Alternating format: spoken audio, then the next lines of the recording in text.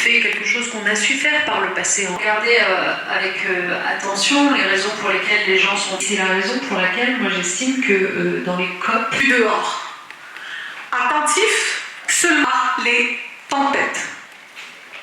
Il y a un an maintenant qu'en fait non, on n'est pas à l'abri d'une guerre. Moi je trouve qu'il y a en ce moment une réflexion très intéressante à avoir à l'échelle mondiale sur ce qu'on appelle les biens publics mondiaux.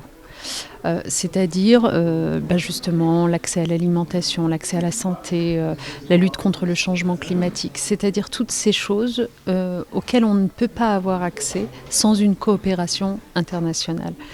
Si vous êtes tout seul, vous n'allez pas lutter contre le changement climatique dans vos frontières, tout seul pour votre population. Si vous avez la guerre, comme par exemple la guerre en Ukraine, et que ça a un effet direct sur l'inflation, les prix alimentaires, etc., ça va avoir un effet direct que vous ayez fermé votre frontière ou pas sur votre population. Et puis si vous êtes confronté à une pandémie comme le Covid-19, c'est une pandémie qui concerne le monde entier. Vous n'allez pas vous en sortir tout seul dans votre coin. Et, vous voyez. Donc en fait, on a là 3 exemples, l'alimentation, la santé et le climat, de sujets pour lesquels les populations ont vraiment besoin que les États coopèrent entre eux et qu'il y ait une réflexion au niveau mondial sur ce que sont ces biens publics mondiaux qu'il nous faut absolument protéger, préserver, alimenter.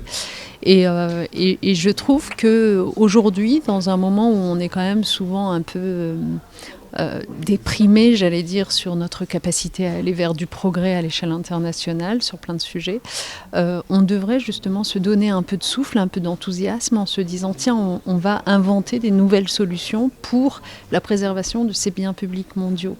Et les laboratoires de recherche et les universités ont un rôle immense à jouer, ne serait-ce que pour commencer par les lister, les définir, imaginer le type de mécanisme qui permettrait de les préserver justement. Je pense que les dirigeants, les pouvoirs publics, que ce soit à l'échelle des pays ou des institutions internationales, ont besoin que la recherche vienne les éclairer en faisant des projections sur l'avenir et en créant finalement de toutes pièces des solutions.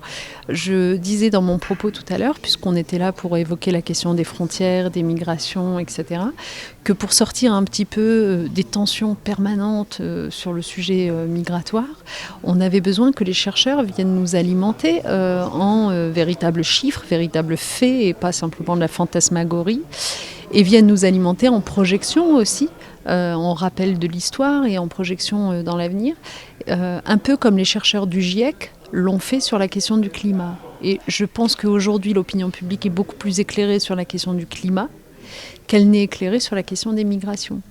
Parce qu'on n'a pas suffisamment donné la parole à ces chercheurs pour venir nous alimenter notre réflexion sur cette question des migrations. Donc, vous voyez que ce soit pour les biens publics mondiaux que j'évoquais tout à l'heure, ou pour ce sujet précis des migrations, on a vraiment besoin que des laboratoires de recherche viennent éclairer nos opinions publiques, nous permettre d'être collectivement intelligents.